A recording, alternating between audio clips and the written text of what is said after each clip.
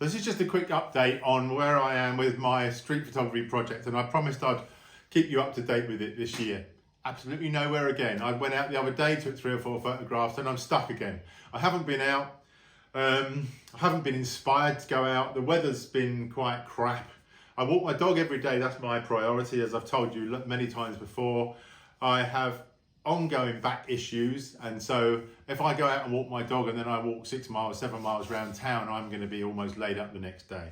So I haven't got anywhere with it, but I have come into a situation which I find interesting. I went to Clumber Park for a couple of weeks back, and I started taking photographs with my phone, and I realised that it's something I touched on that I never really thought about before, and that is colour photography has not really been my thing. Black and white's my thing. It always has been ever since the days of film.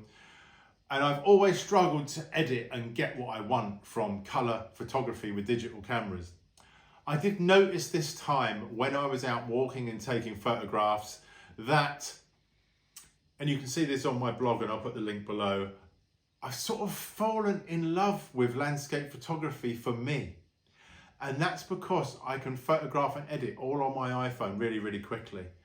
And strangely enough, I'm getting what I want. I'm getting what I want in the way of colours and tones and everything about the atmosphere of an image I take. In the past, I've gone and stood around with filters and cameras and tripods and everything and sat there for hours trying to wait for the light and get the perfect photograph. And it's just taken up so much time to get a bland image or something that someone else has got. And I've discovered that going out and just doing what I do, which is enjoying my walking, and especially the times I go out, which is really early in the morning, I managed to get atmosphere, mood and colour that I would have to wait ages, months and years for the way I used to do photography. So I'm exploring that through journals, paper journals and digital journals. Day one I'm using now. I did start using Apple Journal. Oh my God, it's annoying. Apple Journal is not what Day One is. I think it would like to be what Day One is. Day One is the journaling app. Day One as a journaling app is great for anyone, even if you've got personal issues at home and you need to write something down, to daily journal something, Day One's the one for you.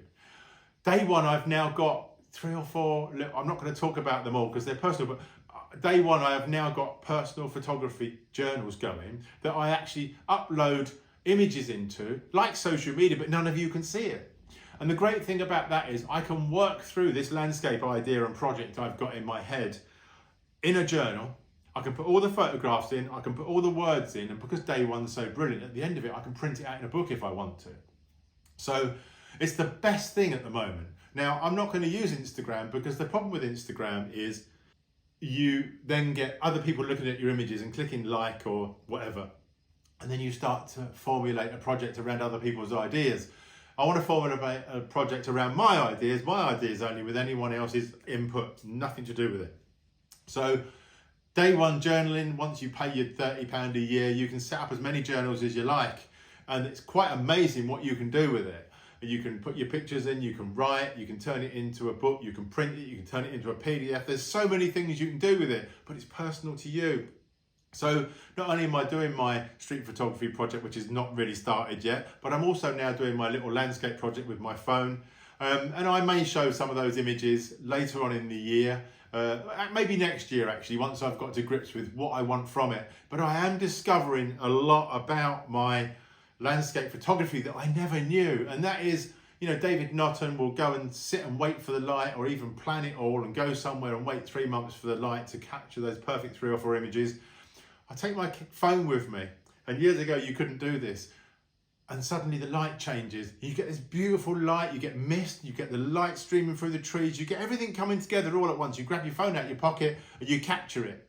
It's beautiful. Yes, you may not be able to blow it up to the size of a bloody wall, but most people don't want to anyway. But I can get a 10x8 print from that, or slightly bigger if I wanted to with my phone these days.